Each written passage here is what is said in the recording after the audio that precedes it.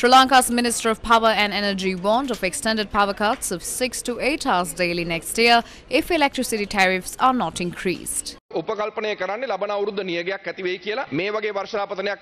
is said that the drought conditions are likely to be experienced in 2023 and the country would not experience rainfall like it did in this year. If we face a drought and if we don't receive enough rainfall, our hydropower generation will drop and the cost to produce a unit of electricity will be 56 rupees and 90 cents. In August, the Public Utilities Commission did not approve the amendments requested by the Ceylon Electricity Board. The Ceylon Electricity Board incurred a power generation cost of 800 billion rupees.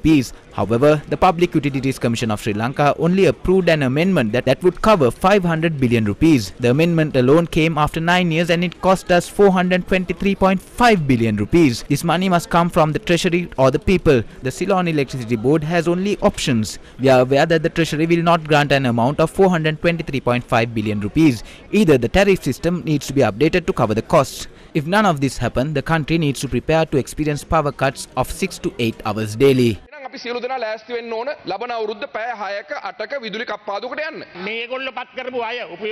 chairman of the Public Utilities Commission was appointed by the government. He tells the news media that there is no need for a tariff increase, but the minister says the opposite. When I proposed 36 rupees for solar power, it was rejected and branded as a mafia.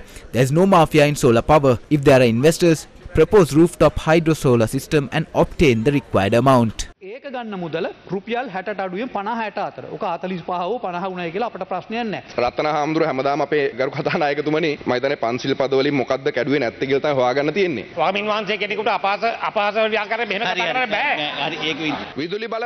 CEB Power Station incur a production cost of 96.64 rupees to generate a unit of electricity.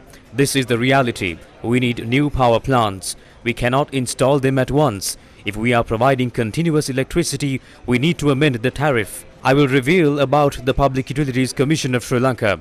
He had hotels. I will reveal how the distribution is done for hotels and apartments. We will have to spend 200 to 300 million for the barge mounted plant. That is why I made a simple proposal. I recall Venerable Ratana Thero noting that Adani was going for 40 rupees and now he is calling for 60 rupees. That is wrong. I am not sure who he is representing. The ruling party is having a gala dinner today at the water's edge. Last week, a similar event took place at Temple Trees for the ruling faction. Who's bearing the cost for these parties? Which institution is covering the cost? People have been deprived of 3 healthy meals per day. The children are starving and malnutrition is rising. In such situation, who is funding these weekly gala dinners for the ruling faction? Now the minister warns of extended power cuts. The people who created this crisis is partying while the public is suffering. Minister Kanchana is threatening to terminate the power supply if due are not paid. That is fine. During Gotabaya Rajapaksa's time, the power cuts lasted for almost 12 hours. People stepped out to streets against the government and Gotabaya Rajapaksa.